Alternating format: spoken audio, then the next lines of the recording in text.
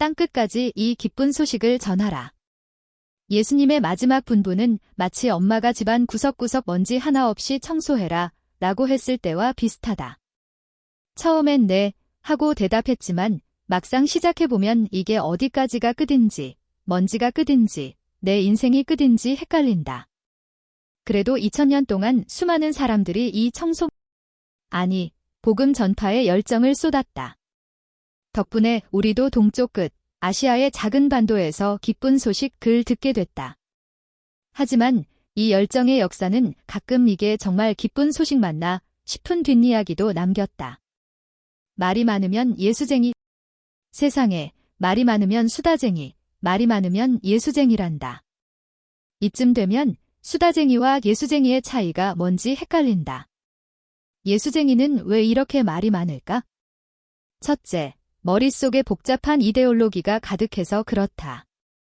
둘째, 말만 많고 실천은 없는 경우가 많아서 그렇다.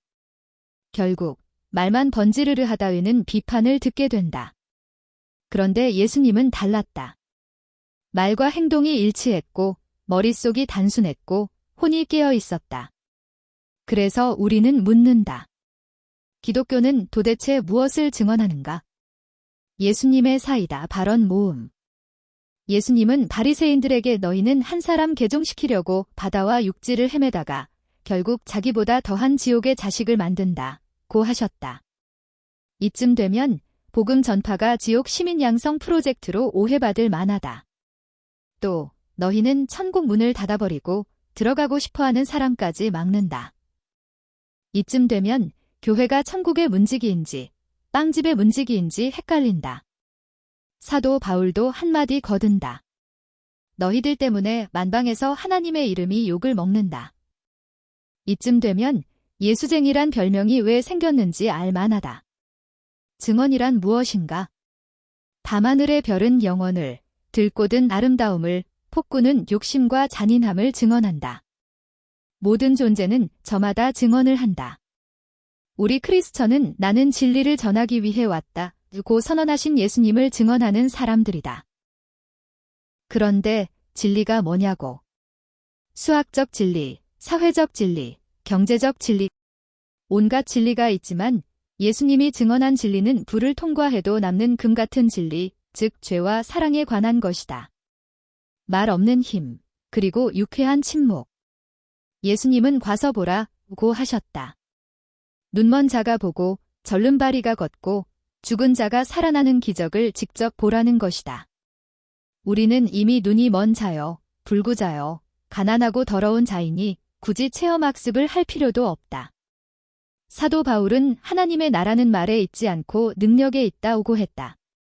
말의 아름다움이 아니라 삶의 변화가 증언이다. 그래서 나는 태양은 말이 없다는 말이 좋다. 태양은 말 없이 만물을 키운다. 진정한 증언은 말이 아니라 존재 그 자체다. 사자는 말이 없다. 지자는 말이 없다. 화자는 말이 없다. 죽은 사람은 입을 열지 않는다. 그러나 그 죽음 자체가 증언이다. 예수님도 임종 때엔 기적 대신 죽음으로 죄와 사랑을 증언했다. 많이 아는 사람일수록 입이 무거워진다. 부모님의 삶을 처음 알게 된 자식처럼 깊은 깨달음은 수다를 멈추게 한다. 평화로운 사람은 굳이 말이 필요 없다. 가을바람처럼 조용히 곁에 머무는 존재가 된다. 이제 우리는 2000년 전 갈릴리 사람이 아니라 오늘 이 자리, 이 시간의 땅끝에 서 있는 존재다. 세상을 향해 땅끝까지 나아가겠다는 야심 대신 각자가 마지막 복음의 수신자라는 겸손함으로 죽고 웃으며 태양처럼 타오르는 존재가 되어야 한다. 포도나무에 달린 포도알처럼 우리 모두는 그리스도라는 나무에 매달려 있다.